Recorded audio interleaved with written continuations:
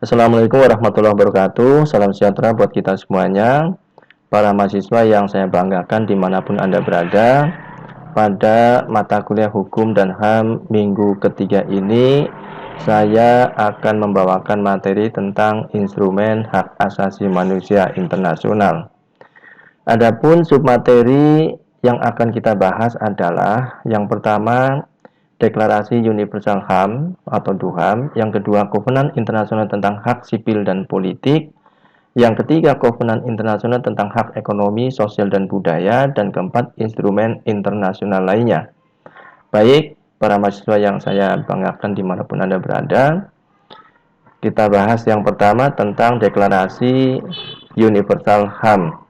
Nah, Deklarasi Universal HAM ya bahwa norma-norma atau aturan-aturan yang terdapat dalam DUHAM atau Deklarasi Universal HAM itu adalah norma atau aturan internasional yang diterima dan disepakati oleh negara-negara di dunia, yaitu melalui Perserikatan Bangsa-Bangsa. Nah, tujuan HAM itu adalah ya dalam bentuk umum dan merupakan sumber utama dalam pembentukan dua instrumen HAM, yaitu Konvensi Internasional tentang Hak Sipil dan Politik dan Kovenan Internasional tentang Hak Ekonomi, Sosial, dan Budaya. Nah, hak-hak yang diatur dalam Deklarasi HAM Internasional atau DUHAM itu ada 5 jenis HAM yang dimiliki oleh setiap individu, yaitu hak personal, hak legal, hak sipil dan politik, hak subsistensi, hak ekonomi, serta sosial dan budaya.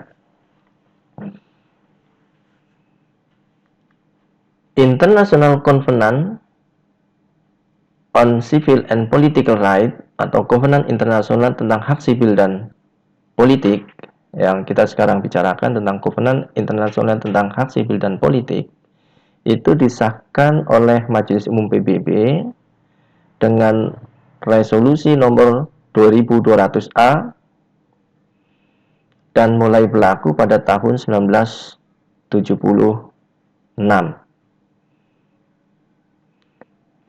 Yang diatur dalam Kovenan Internasional tentang Hak Sipil dan Politik ya, itu adalah hak hidup, yang kedua pelarangan penyiksaan, pelakuan atau hukuman lain yang kejam, tidak manusiawi atau merendahkan martabat, yang ketiga hak atas kemerdekaan dan keamanan pribadi, pelarangan pemenjaraan semata-mata atas dasar ketidakmampuan memenuhi kewajiban kontraktual, yang kelima persamaan kedudukan di depan pengadilan dan badan peradilan, dan yang keenam adalah pelarangan berlaku surut dalam penerapan hukum pidana. Nah, ini adalah apa-apa atau isi-isi yang diatur di dalam Kovenan Internasional tentang hak sipil dan politik.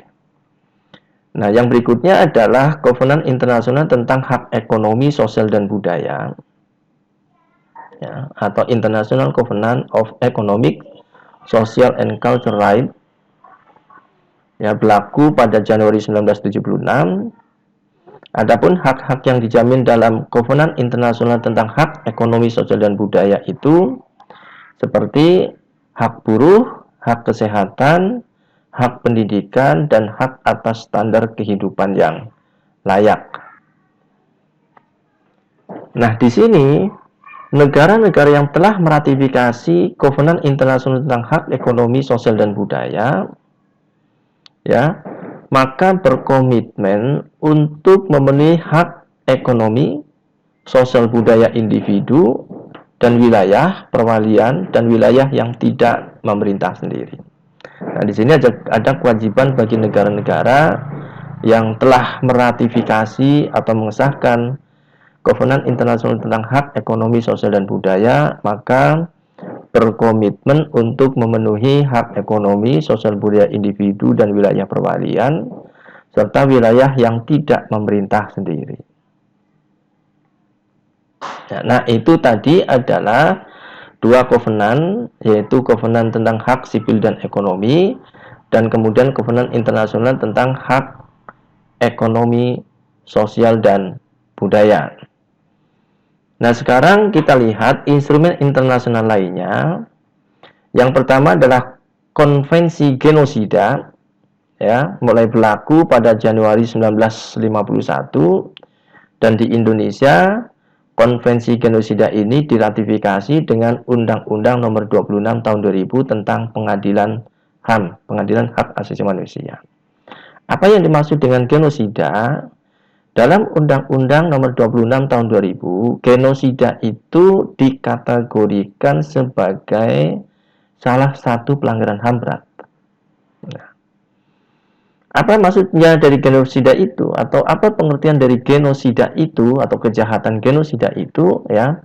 Kejahatan genosida itu adalah setiap perbuatan yang dilakukan dengan maksud untuk menghancurkan atau memusnahkan seluruh atau sebagian kelompok bangsa, ras, kelompok etnis, kelompok agama. Nah, ini yang dimaksud dengan genosida. Nah, Konvensi Genosida menetapkan bahwa genosida itu sebagai kejahatan internasional dan menetapkan perlunya kerjasama internasional untuk mencegah dan menghapuskan kejahatan genosida. Nah, itu tadi Konvensi Genosida. Yang kedua adalah Konvensi Menentang Penyiksaan. Nah, Konvensi Menentang Penyiksaan dan perlakuan atau penghukuman lain yang kejam, tidak manusiawi, dan merendahkan martabat manusia itu mulai berlaku pada Januari 1987.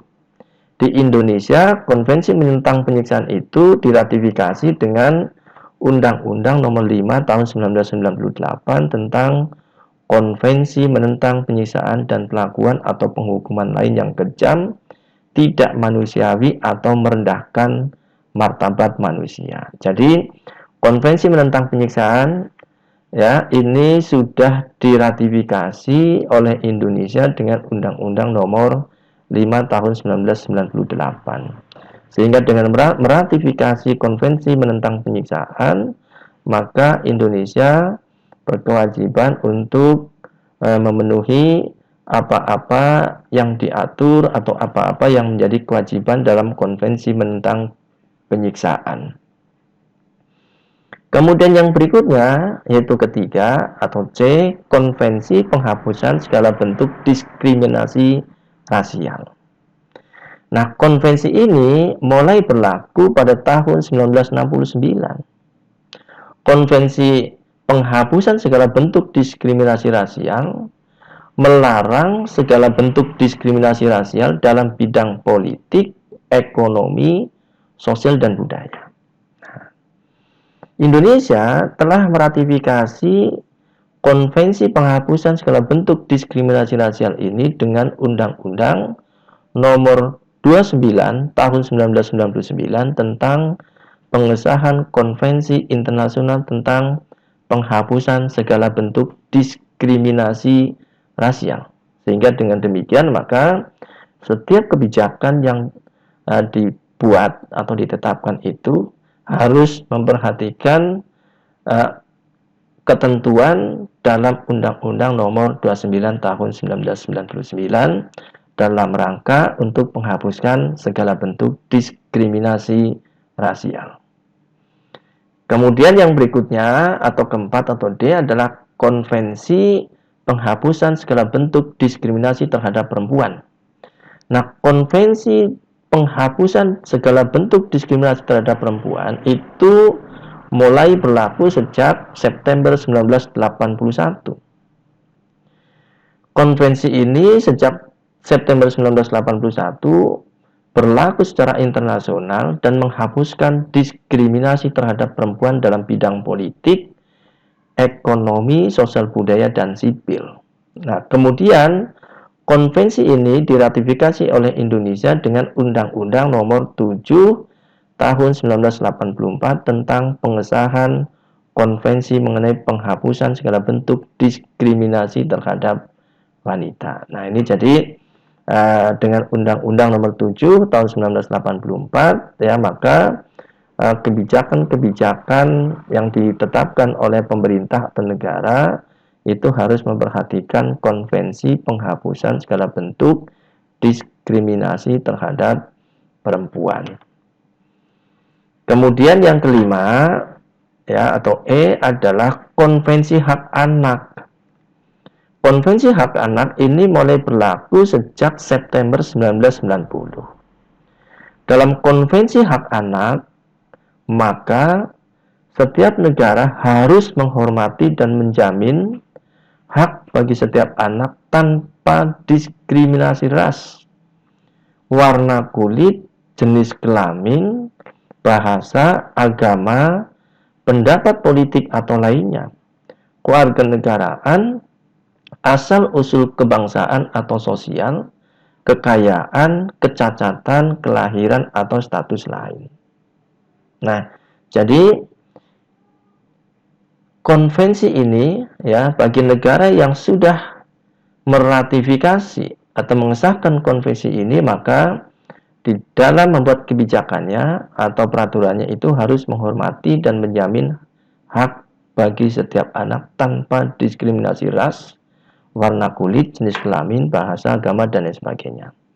Indonesia dalam hal ini sudah meratifikasi Konvensi Hak Anak dengan Kepres nomor 36 tahun 1990 tentang Konvensi Hak Anak.